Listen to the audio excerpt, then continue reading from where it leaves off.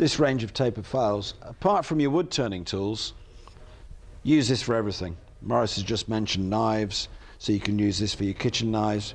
You can use it for your serrated knives if need be. But also taking it out into your garden, you can do your pruners. These are a pair of Felcos which are regarded as a very, very hard blade. And all we do is open so. We have a bevel edge, we have a flat edge, and all we're doing very, very lightly. You can hear that cutting. No pressure at all. No pressure, just the weight of this. Take it down one side, turn it over, flat. Take the burr off. Take it down the other side. Scissors should be that easy. Scissors I will show you. Oh, wow. That's great. Yeah. Scissors, bevel edge and flat edge. What I suggest you do is put that on a work surface and level off that bevel edge so that we're looking down flat on it. We're coming down flat on here, and again in a nice light circular motion. Take it down the length of the blade. We were doing a show last October. Oh, it was the Klingspor show. Flat, and take off the burr, and again. That's what you need in the shop. That's a crazy edge. But when we were doing this show last October, a guy came up and he worked in a mill producing fabric, etc., etc., and he was sending away 28 pairs of scissors a week to be sharpened, costing a lot of money. Yes, I can believe that. And he hadn't found any way to sharpen them at all.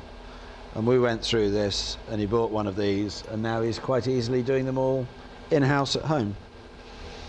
Something else I will stress, if you're using these for any of your wood turning tools or any of this range,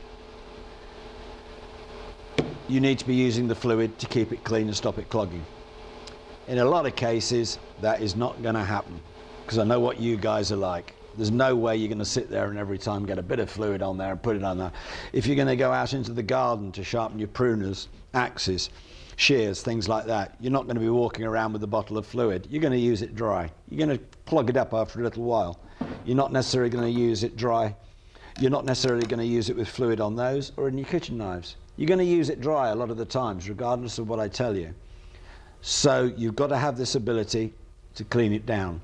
Going back to that method of how these are produced, the top third of the diamond is sticking up through the unit, locked in there like an iceberg.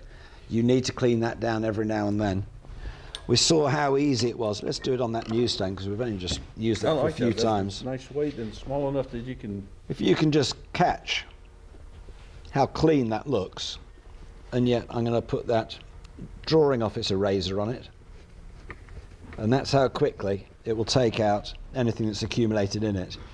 Similarly, when you've been using this for a while, use this drawing office eraser, and actually it just pulls the wear out. Yeah, it does, and it just totally rejuvenates it. So ideally use the fluid whenever you can.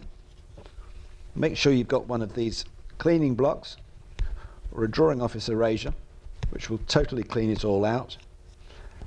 Whatever you do not use water or any water-based products. The diamond is set into nickel. Nickel is porous.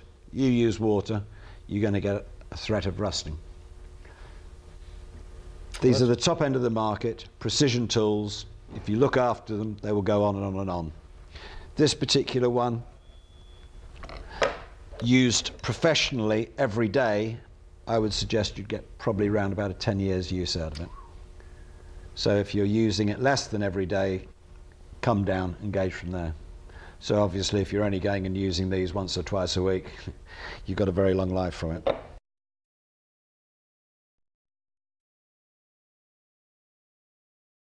You send them away, they grind about 30–40% off the face, and they'll charge you X amount of dollars for doing it. Do them yourself, it's really easy. You need to use the credit card size stone, fine and coarse.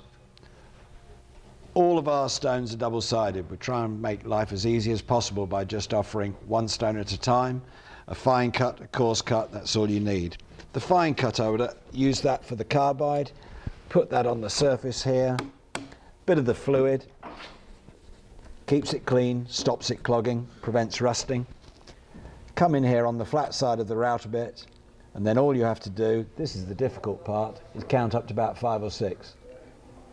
Yeah, I know. So that's how quickly it cuts the carbide. Look at the carbide. Turn it over, do the same on the other side, and you just sharpen your bit. That's how quickly it cuts the carbide. That's sharp. If you keep it like that, it will go on and on and on. It's only when these cutters start getting a little bit blunt that people leave them a bit too long, they start working too hard, and that's when you go and damage them. Going on from that, these precision diamond stones, which are pre-ground to plus or minus half a thou, 1000 grit and 300 grit. Just using the 1000 grit, again, in-house maintenance, don't send them away. Use your spindle knives, you're coming on from here. It's a bit boring, but all you're doing is working that on the flat side. You can see how quickly I'm cutting that.